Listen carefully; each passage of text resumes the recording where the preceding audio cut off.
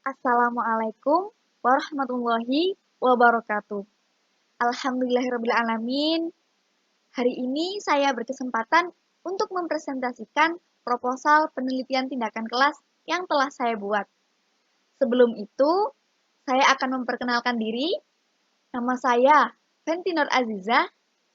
Saat ini, saya sedang menempuh pendidikan di jurusan Tadris Matematika Fakultas Ilmu Tarbiyah dan Keguruan Universitas Islam Negeri Maulana Malik Ibrahim Malang.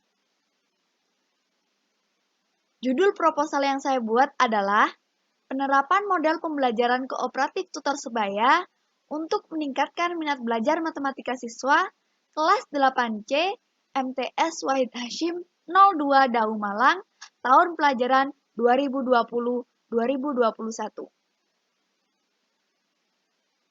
Bab 1 Pendahuluan. Pada bab 1 pendahuluan ini, ada 5 topik yang akan saya jelaskan. Yang pertama, latar belakang. Latar belakang dari proposal penelitian tindakan kelas yang saya buat.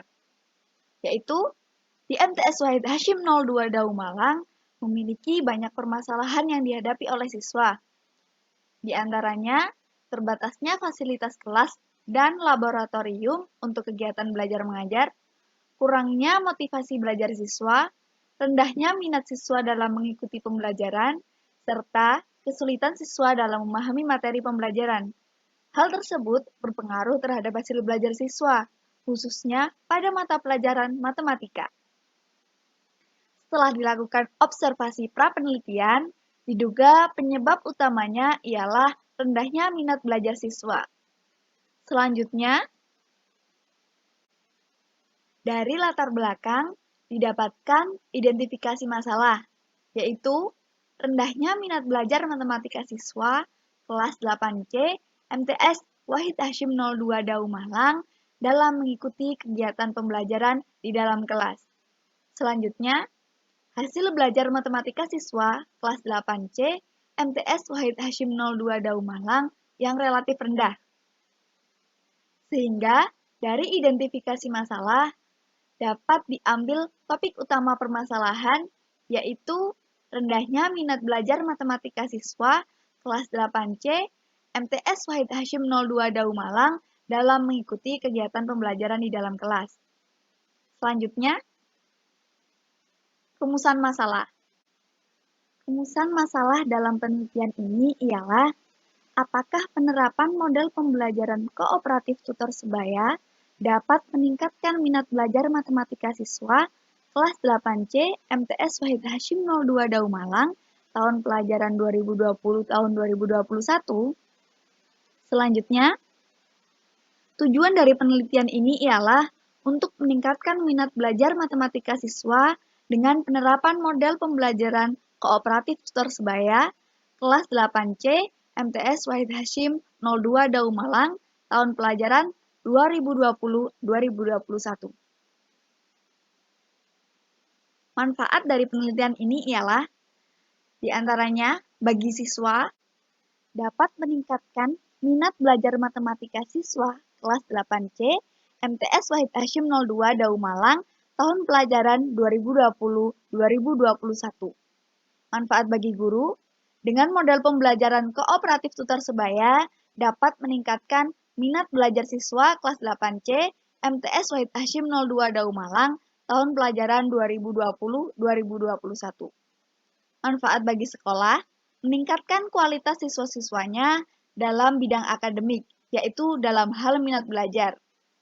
Manfaat bagi peneliti, untuk mengetahui peningkatan minat belajar matematika siswa menggunakan model pembelajaran kooperatif tutor sebaya. Selanjutnya, bab 2 kajian pustaka. Pada bab 2 ini, yang pertama, ada kajian pustaka. Kajian pustaka yang ada dalam penelitian ini terdapat 2 teori. Yang pertama, teori minat belajar dan teori model pembelajaran kooperatif tutor sebaya.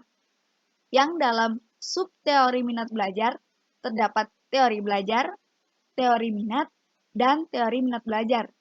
Sedangkan dalam submodel pembelajaran kooperatif tutor sebaya, terdapat teori model pembelajaran kooperatif, dan teori tutor sebaya. Selanjutnya, kajian penelitian yang relevan.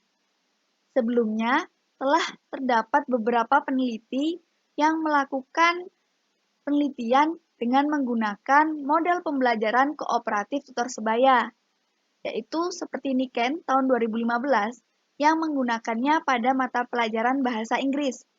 Selanjutnya, Ningrum tahun 2011 yang menggunakannya pada mata pelajaran sosiologi, dan keduanya mendapatkan hasil yang positif. Mayoritas di penelitian sebelumnya, model pembelajaran kooperatif tutor sebaya digunakan untuk meningkatkan hasil belajar. Sehingga kebaruan dalam penelitian ini yang pertama, model pembelajaran digunakan pada mata pelajaran matematika. Dan yang kedua, model pembelajaran digunakan untuk meningkatkan minat belajar siswa. Selanjutnya, kerangka berpikir. Kerangka berpikir dari peneliti, yaitu kondisi awal, belum menerapkan model pembelajaran kooperatif tutor sebaya. Selanjutnya, hal itu didasari dari minat belajar siswa rendah. Lalu, tindakannya menerapkan model pembelajaran kooperatif tutor sebaya. Yang siklus satunya menerapkan model pembelajaran kooperatif tutor sebaya, rencana 1. Sedangkan pada siklus kedua, menerapkan model pembelajaran kooperatif tutor sebaya dengan refleksi dari siklus 1. Sehingga menghasilkan kondisi akhir, yaitu diduga melalui penerapan model tutor sebaya dapat meningkatkan minat belajar siswa. Selanjutnya, hipotesis penelitian. Berdasarkan kajian teori dan kerangka berpikir di atas, hipotesis dari penelitian ini ialah model pembelajaran kooperatif tutor sebaya dapat meningkatkan minat belajar matematika kelas 8C MTS Wahid Hasyim 02 Dau Malang tahun pelajaran 2020-2021. Selanjutnya, bab 3, metode penelitian.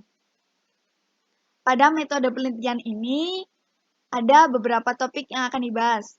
Yang pertama, setting penelitian.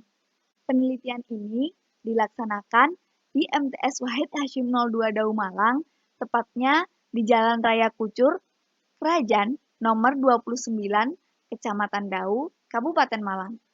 Penelitian ini berfokus kepada kelas 8C. Penelitian ini dilakukan pada tahun pelajaran 2020-2021 dan dilaksanakan dalam 2 siklus, yaitu siklus 1 dan siklus 2, di mana setiap siklus dilakukan 2 kali pada jam pembelajaran. Subjek penelitian ini adalah siswa kelas 8 di MTS Wahid Hasyim 02 Dau Malang, khususnya kelas 8C. Siswa kelas 8C berjumlah 24, di mana terdiri dari 12 siswa laki-laki dan 12 siswa perempuan.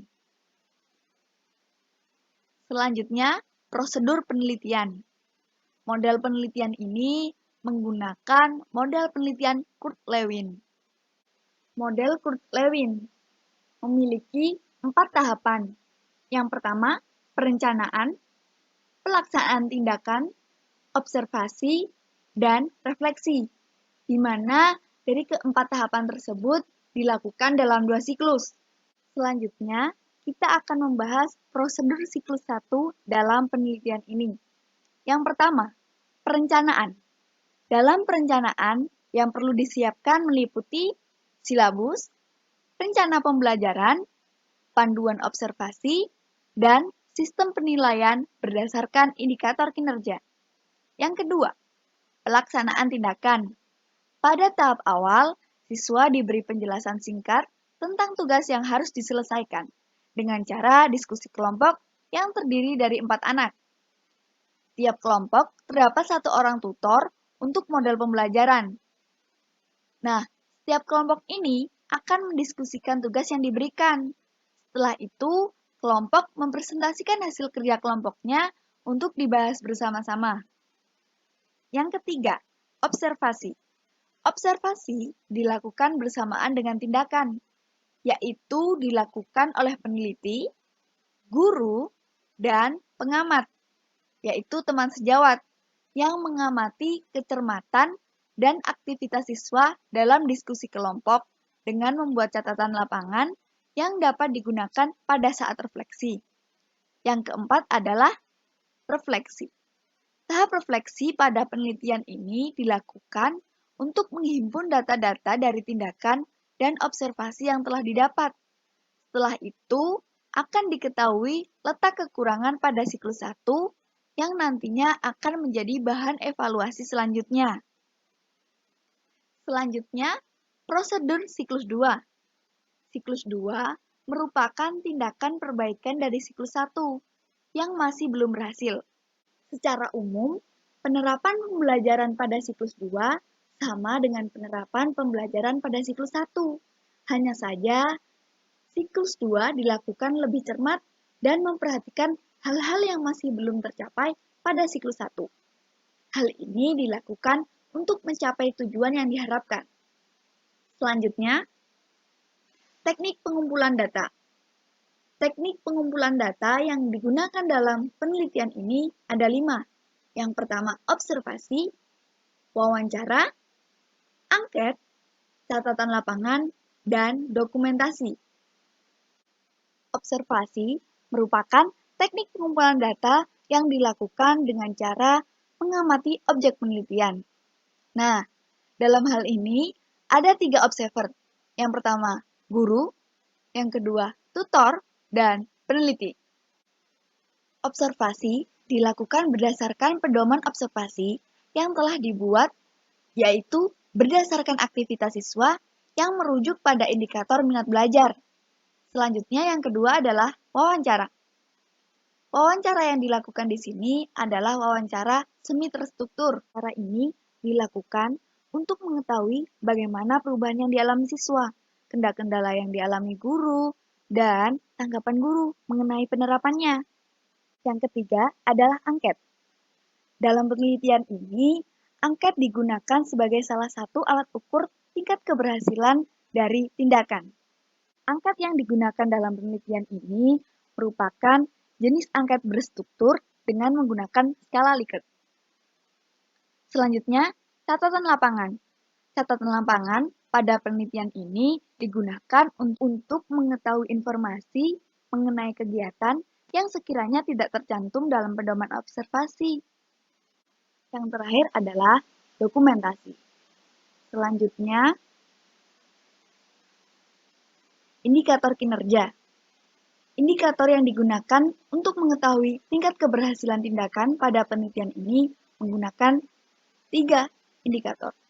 Yang pertama, indikator minat belajar, yang terdiri dari ketertarikan siswa untuk belajar, perhatian siswa dalam mengikuti pembelajaran, motivasi belajar siswa, dan pengetahuan. Nantinya, minat belajar siswa akan digolongkan menjadi 3 kategori, yaitu tinggi, sedang, dan rendah. Indikator minat belajar dikatakan berhasil apabila nilai rata-rata dari angkat siswa mencapai poin 4 dengan jumlah 80%, didukung dengan hasil observasi yang diperoleh selama pelaksanaan penelitian tindakan kelas. Selanjutnya, yang terakhir adalah teknik analisis data. Teknik analisis data yang digunakan dalam penelitian ini ada 2 macam, yaitu statistik deskriptif dan analisis deskriptif. Analisis deskriptif digunakan untuk mengolah data dari observasi, yaitu observasi kepada guru, siswa, dan hasil wawancara, beserta catatan lapangan. Sedangkan analisis statistik deskriptif digunakan untuk mengolah data dari angket. Setelah data dianalisis, selanjutnya kita akan mengambil kesimpulan. Nah, kesimpulan yang diambil berdasarkan indikator kinerja dan tingkat keberhasilan dari tindakan ini. Jadi, akan diketahui penelitian ini dikatakan berhasil atau tidak. Seperti itu. Ini adalah akhir dari presentasi saya. Untuk kurang lebihnya saya mohon maaf. Assalamualaikum warahmatullahi wabarakatuh.